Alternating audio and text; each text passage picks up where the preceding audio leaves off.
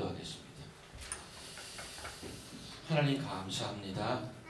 저에게 모든 귀한 것을 내려주시고 그 중에서도 하나님의 말씀으로 빛으로 인도하시고 예수의 영으로 매일 동행하여 주시니 감사합니다. 성령께서 리빌하여 주시고 계시하여 주신 말씀을 오늘도 봅니다. 저희 안에 빛으로 임하게 하셔서 잘 보고 듣고 깨달아서 생명의 양식되되 인도하여 주시옵소서. 예수님 이름으로 기도합니다. 아멘.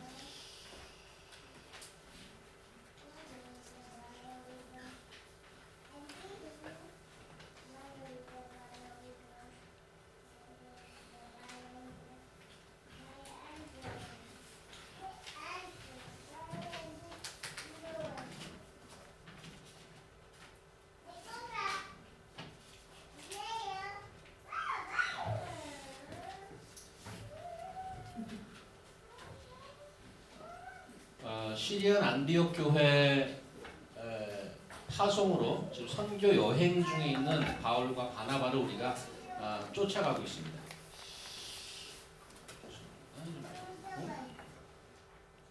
오늘 본문 주보에 나온 본문 제일 뒤에 보시면 26절, 27절 보시면 거기서 배 타고 안디옥에 이르니 이곳은 두 사도가 이른 그 이루에 전에 하나님의 은혜에 부탁하던 곳이라. 처음 떠났던 안디옥 교회로 다시 돌아오는 것을 볼 수가 있습니다. 그래서 14장, 오늘 본문 14장은 끝으로 첫 번째 선교 여행의 긴 장정이 마무리되고 있는 것이죠. 그래서 오늘 본문을 보면서 1차 선교 여행 전체를 리뷰하고 결론을 함께 도출해 보도록 하겠습니다. 1차 전도 여행의 중요한 몇 장면을 좀 리와인드해서 보도록 하겠는데 여러분들 좀 눈으로 빨리 스크린에 구절이 몇 개 나올 겁니다. 처음 안디옥을 떠나서 사이프러스 성으로 가게 되는데 그래서 사도행전 13장 몇 군데를 보고 가도록 하겠습니다. 사도행전 13장 6절에서 8절인데 온 섬 가운데로 지나서 바보에 이르러 바예수라는 유대인 거짓 선지자인 마술사를 만나니 그가 총독 서기오 바울과 함께 있으니 서기오 바울은 지혜 있는 사람이라 바나바와 사울을 불러 하나님의 말씀을 듣고자 하더라. 이 마술사 일루마는 그 이름을 번역하면 마술사라. 그들을 대적하여 총독으로 믿지 못하게 힘쓴다. 처음 사이프러스 섬에 가갖고 두 사람을 만났는데 한 사람은 총독이고 한 사람은 거짓 마술사입니다. 한 사람은 말씀을 듣기 원하고 한 사람은 길을 쓰고 막으려고 합니다. 그러고 나서 섬을 떠나서 본토로 이제 들어가게 되는데 비시디아 안디옥에 도착해서 유대인 회당에서 말씀을 전하게 되죠. 13장 43절을 좀 가보겠습니다. 13장 43절 제가 빠른 속도로 읽겠습니다. 그래서 1차 선교여행을 잠깐 스케치해 보는 겁니다. 43장 보시면 처음에 그 설교를 쭉 하고 나서 43절 회당의 모임이 끝난 후에 유대인과 유대교에 입교한 경건한 사람들이 많이 바울과 바나바를 따르니 두 사도가 더불어 말하고 항상 하나님의 은혜 가운데 있으라 권하니라. 그 다음 안식일에는 온 시민이 거의 다 하나님의 말씀을 듣고자 하여 모이니 첫 번째 집회에 소문이 나서 그 다음 주에 모든 그 도시 사람들이 다 모였습니다. 45절 유대인들이 그 무리를 보고 시기가 가득하여 바울이 말한 것을 반박하고 비방하거늘 바울과 바나바가 담대히 말하여 이르되 하나님의 말씀을 마땅히 먼저 저에게 전할 것이로다. 너희가 그것을 버리고 영생을 얻기 합당하지 않은 자로 자처하기로 우리가 이방인에게로 향하노라. 그리고 51절로 내려가면 50절로 내려가면 이에 유대인들이 경건한 기부인과 그 신의 유력자들을 선동하여 바울과 바나바를 박해하게 하여 그 지역에서 쫓아내니 두 사람이 그를 향하여 발에 티끌을 버리고 이고니온으로 갔다. 일부는 기뻐하고 믿었고 일부는 사람들을 선동하여 바울 일행을 쫓아냈습니다. 그리고 나서 비시디아 안디옥을 떠나서 이고니온이라 갔다고 되어 있는데 오늘 본문부터 이고니온 얘기가 나오죠. 그래서 오늘 주보를 보시면 4절에서 10절 보시면 이고니온에서 말씀을 전했습니다. 4절 그 시내에 무리가 나뉘어 유대인을 따르는 자도 있고 두 사도를 따르는 자도 있는지라 이방인과 유대인과 그리스도인들이 두 사도를 모욕하여 돌려 치려고 달려들었다. 이렇게 되어 있습니다. 안디옥에서는 그냥 쫓겨났는데 이고니온에 가니까 돌로 들어서 치려고 합니다. 살해 유혹을 받죠. 그래서 6절을 보니까 그들이 알고 도망하여 루가오니아의 두 성 루스드라와 더베와 근방으로 가서 거기서 복음을 전하리라. 이렇게 되어 있습니다. 도망했다고 돼 있는데 9절 이하를 보면 루스디라에서 천천성 안전뱅이를 오늘 본문에서 보셨듯이 he healed those crippled, the one who was crippled for life. 그곳 사람들이 바울과 바나바를 힐링하고 나니까 신으로 생각했습니다. 그래서 그 신이 내렸다. 제우스와 너베라고 생각하고 그 앞에 제사를 드리려고 했습니다. 겨우 말, don't do that, don't do that. I'm not God. I'm like you, man. 19절 보니까 말려놨더니 19절에 이렇게 나옵니다.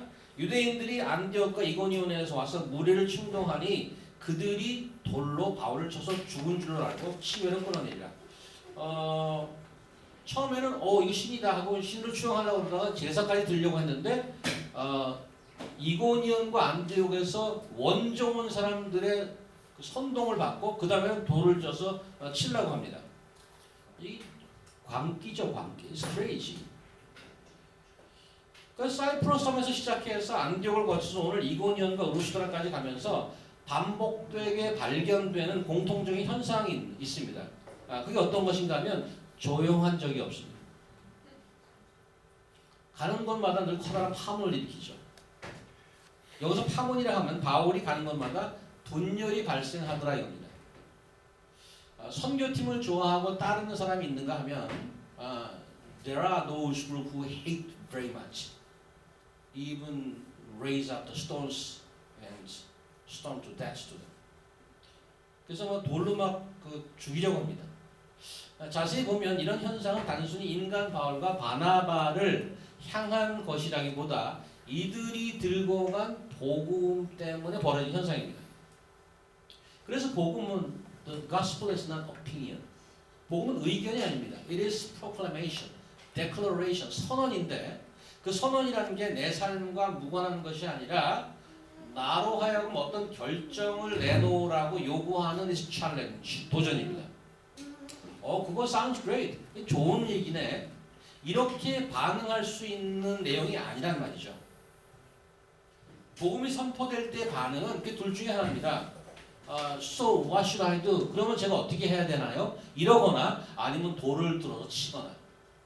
중동에서는 지금 이것보다 더 끔찍한 일이 벌어지고 있습니다만 사실 우리가 살고 있는 여기서 복음을 전했다고 해서 누가 돌을 들어서 치고자 하는 그런 경험 갖기는 어렵습니다. 지혜자매님 같은 경우는 복음을 많이 전하는데 혹시 돌 맞은 적 있으십니까? 뉴멕시코 가면 개는 몰긴 합니다. 개가 좀 많아서 개가 달려들긴 하지만 돌을 들어 치거나 이런 거를 보기가 쉽지 않습니다. 그런 현상이 없다고 해서 제3의 반응이 존재하는 것이 아니고 의도적으로 무시하는 거죠. 돌만 안 들었다 뿐이지 기독교가 제시하는 복음이라는 것은 결코 받아들일 수 없다는 반응인 겁니다. 그래서 복음은 요즘 문화나 사조에는 정면으로 배치가 되죠. 그래서 we call this is age of tolerance. Every opinion is valid. 모든 의견이 valid하기 때문에 you have to accept. 수용해야 된다는 그런 시대를 살고 있습니다. 그래서 there's no such a thing as right and wrong. It's only difference. 그래서 옳고 그름은 없고 difference만 존재한다고 믿는 현 세대입니다. 거기서 복음은 it is 도발입니다. 도발.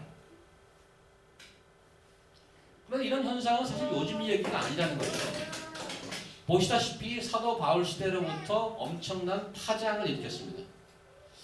그러면 naturally 이런 질문이 생기니 it raises a question. 항상 분열을 초래하는 기독교 복음이라는 것에 좀 문제가 있는 건 아니겠는가? 복음이 너무 편협해서 그래서 늘 욕을 먹지 않는가?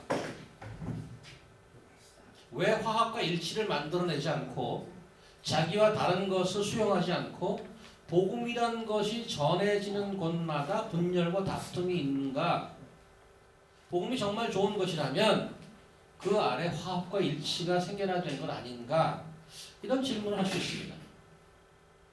When it comes to division and faction, it gives us some negative connotation all the time.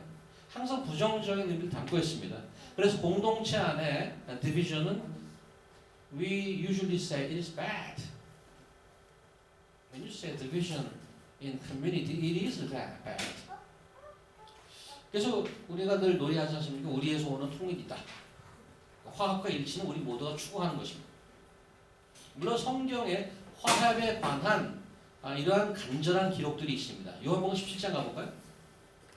요한복음 17장 가면 나는 세상에 서 있지 아니하오나 저희는 세상에 있사옵고 나는 아버지께로 가옵나니 거룩하신 아버지여 내게 주신 아버지의 이름으로 저희를 보존하사 우리와 같이 저희도 하나가 되게 하옵소서. 이건 예수님의 기도문입니다. 하나가 해달라 기도하죠. 22절에 가면 아버지께서 내 안에 내가 아버지 안에 있는 것과 저희도 다 하나가 되어 우리 안에 있게 하사 세상으로 아버지께서 나를 보내신 것을 믿게 하옵소서.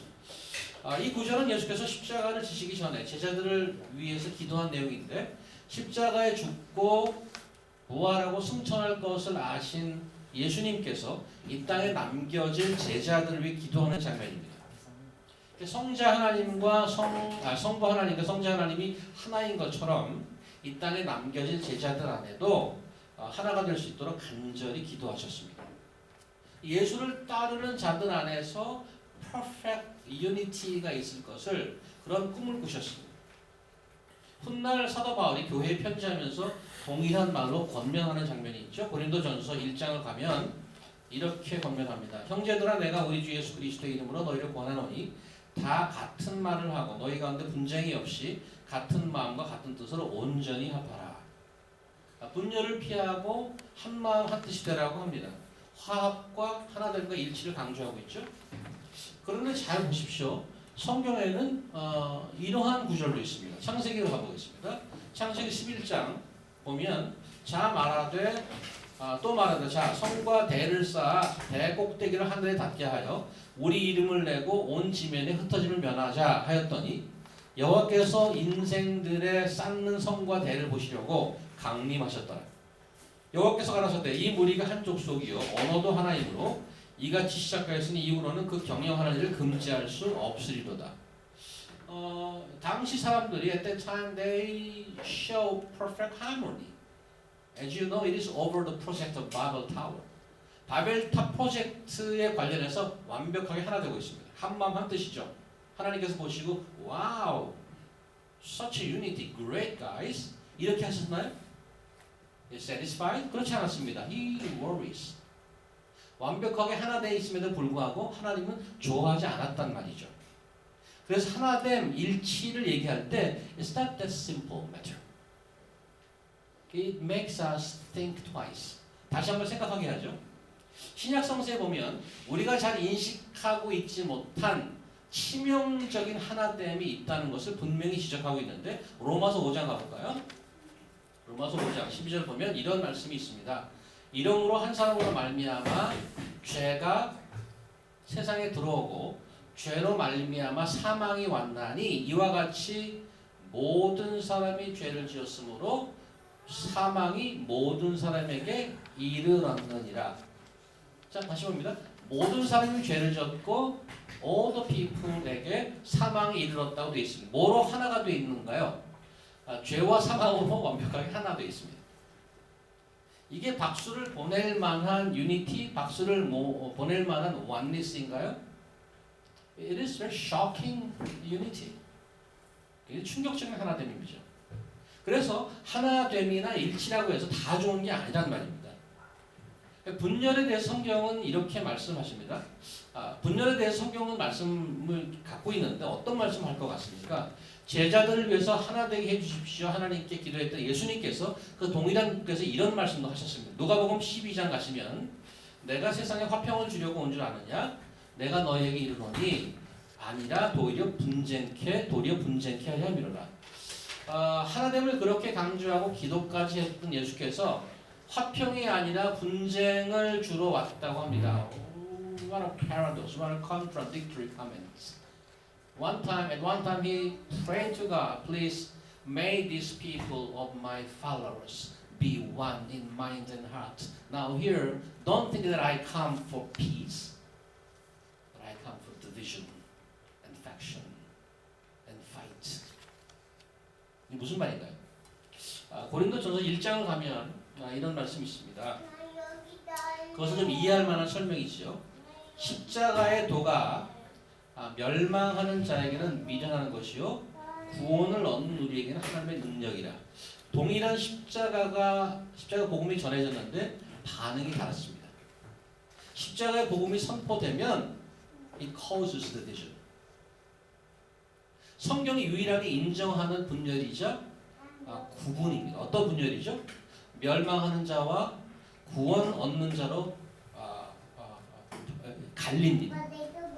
그래서 멸망하는 자는 십자가가 미련하게 보이지만 구원 얻는 자들에게는 십자가가 하나님의 능력이라고 되어 있습니다. It is power of God to those who be saved. 오늘 본문 사도행전 14장에 드러나는 파문, 분열이 그런 종류입니다. 십자가가 미련하게 보이는지 아니면 십자가가 하나님의 능력으로 다가오는지의 that difference. 자, 그렇다면 십자가의 복음이 분열을 조장하는 것인가? 조용히 잘 살고 있는 인간 세계에 예수라는 사람이 나타나서 복음을 던져서 파문을 일으키는 것인가? 그런 것인가? 에베소서에는 이렇게 설명하고 있습니다. 에베소서 2장 가시면 에베소서 2장 13절에서부터 몇 절 있습니다. 이제는 전에 멀리 있던 너희가 예수 그리스도 안에서 그리스도의 피로 가까워졌느니라. 그는 우리 화평이신지라. 둘로 하나를 만드사 중간에 막힌 담을 허시고 원수된 것 곧 의문에 속한 계명의 율법을 자기 육체로 폐하셨으니 이는 둘로 자기의 안에서 한 새 사람을 지어 화평하게 하시고 또 십자가로 이 둘을 한 몸으로 하나님과 화목하게 하려 하심이라. 원수된 것을 십자가로 소멸하시고 또 오셔서 먼데 있는 너희에게 평안을 전하고 가까운 데 있는 자들에게 평안을 전하셨으니 이는 저로 말미암아 우리 둘이 한 성령 안에서 아버지께 나아감을 얻게 하려 하심이라. 그리스도 십자가 복음이 하는 일이 있는데 역사상 누구도 해내지 못했던 신분의 벽, 민족 간의 벽, 계급 간의 벽을 무너뜨렸습니다. 벽을 무너뜨렸을 뿐만 아니라 그들을 하나로 묶어냈습니다. 자, 그러면 분열과 화합에 관해서 성경이 지금 뭐라고 얘기하는 건가요? What does the Bible says about division and unity? In summary, 정리하면 이렇습니다. 거룩하고 성경적인 일치와 화합이 있는가 하면 세속적이고 죄된 일치가 있다는 것이고요. 분열에 관해서는 복음적인 분열이 있고 성경에 금하는 분열이 있다고 얘기하는 것입니다. 그래서 복음이 전해지는 곳마다 분열과 파장을 조장하는 것이 아니고 새로운 개념의 일치와 새로운 개념의 분열이 발생하는 것이, 다시 말하면 새로운 개념의 공동체로 재편되는 거죠. 재편. 십자가를 통해서 구원을 받는 공동체와 십자가가 미련한 걸림돌이라고 보고 그 구원을 거절하는 그룹입니다. 자, 그러면 기독교는 이렇게 두 그룹으로 재편해 놓고 손 터는 건가 이거? 야, 너는 구원파, 너는 멸망파. 딱지 하나씩 붙여주고 Is that the gospel? 아까 고린도 전서에 보면 십자가를 하나님의 능력이라고 표현하고 있습니다. It is the power of God to those who are saved. 맞습니다. 하나님의 파워입니다. 그 파워로 자기 백성을 구원해 내십니다. 그런데 아이러니한 것은 그 파워로 구원받은 이 powerlessly saved people look very weak.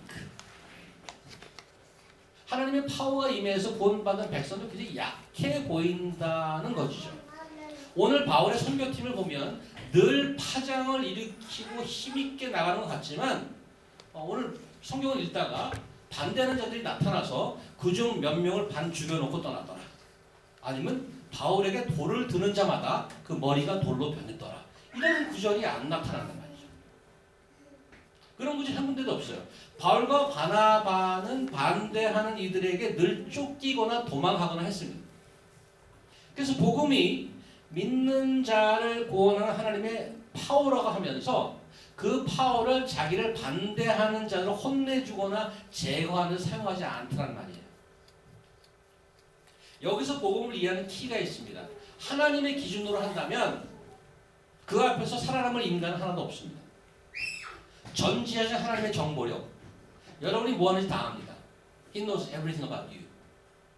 Even though you're hiding yourself in toilet, in somewhere else, in darkness, He knows what you're thinking about. What's your plan?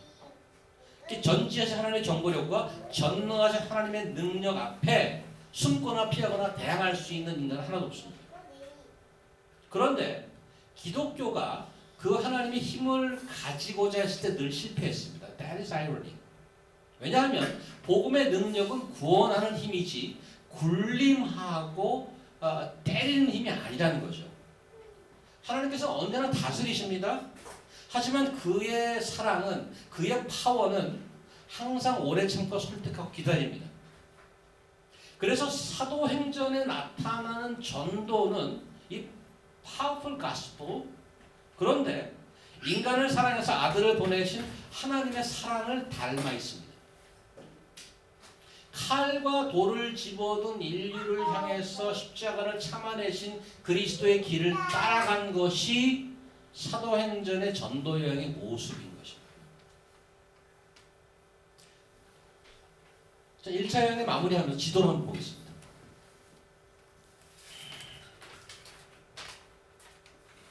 거기 지도를 보시면 마지막 행선지가 더베로 되어 있어요. 그렇죠? 오른쪽 위에 그 이고니움 밑에 더베로 되어 있죠.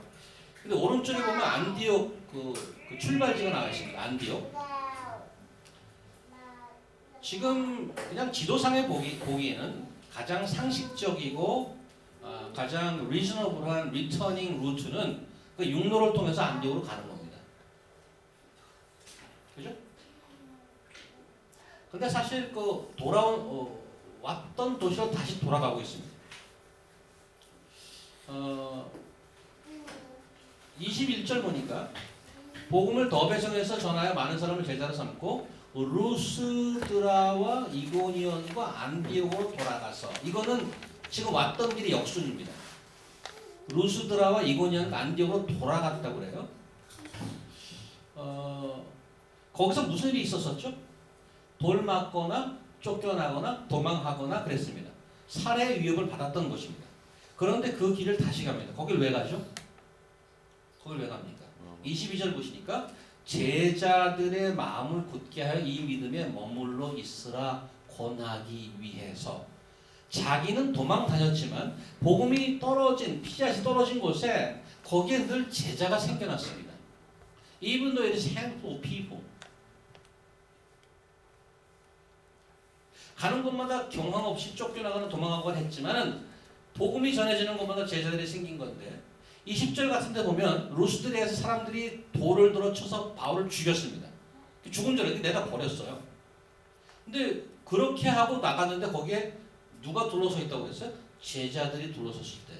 그런 와중에 제자가 생긴 거예요. 그 제자들이 둘러서서 보고 있는데 일어나서 갔어요. 그러니까 자기를 가르쳤던 제자라는 얘기는 it means there is a teacher. 자기 앞에서 자기를 가르쳐준 티처가 죽었다가 살아나고 그 자리를 떠난 것입니다. 근데 그 티처가 다시 오는 거죠. Coming back.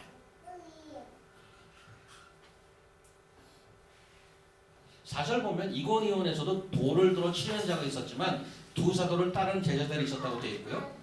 13장 마지막 절에도 거의 바울과 바나바는 쫓겨났지만 제자들이 남겨진 것을 알 수 있습니다. 남자들 사이에는 이런 말이 있습니다. 군대 제대하면 거기다 대고 뭐도 안 한다, 이런 말이 있습니다. 그 얘기는 너무 고생해서 쳐다보기도 싫다는 거죠. 거기에 여자분들도 그 유사한 표현이 있나 모르겠어요. 시자만 들으면 경기가 난다, 뭐 이런 말.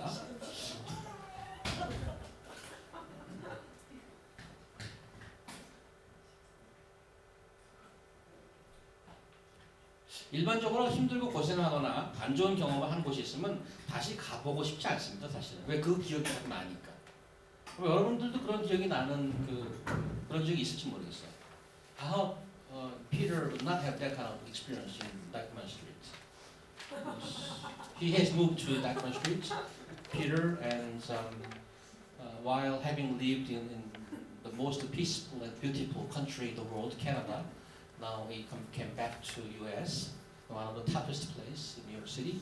He began to live I hope he doesn't have that such a bitter feeling. Whenever he goes with Lord, he gives you peace.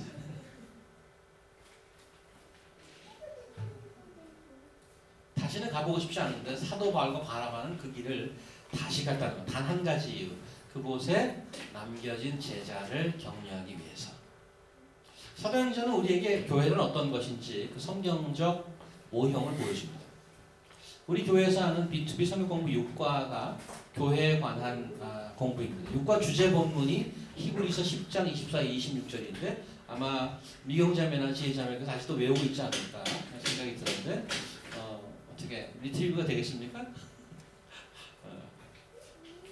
한번 올려주십시오. 히브리서 서로 돌아보아 선행과 사랑과 선행을 격려하여 모이기를 행하는 어떤 사람의 습관과 같이 하지 말고 오직 권하여 날이 가까움을 볼수록 더욱 그리하자.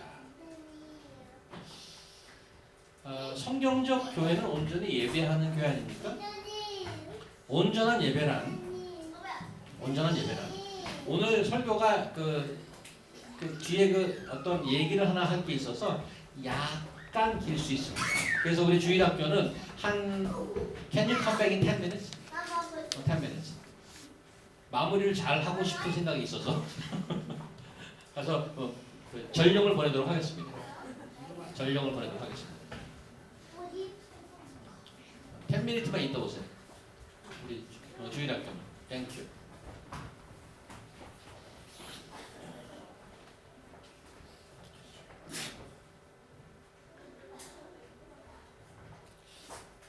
성경적 교회는 온전히 예배하는 교회인데 온전한 예배란 썬데이에 2-3시간 와서 하는 프로그램이 아닙니다. 시간과 장소에 관계없이 그리스도 안에 서로 격려하는 데 세워주는 것이 예배인 것입니다. 물론 그런 생각을 가진 자들이 주일날은 난 아내가 아니고 주일날 포함해서 주일날은 더욱 잘해야 되겠죠. 그래서 건강하고 성경적인 교회란 3가지가 있어야 된다고 공부할 때 말씀을 드렸는데 첫째로 교회에서 내가 그리스도 안에서 자라도록 격려하는 사람이 누군가 있는가? Is there anybody who encourages me to grow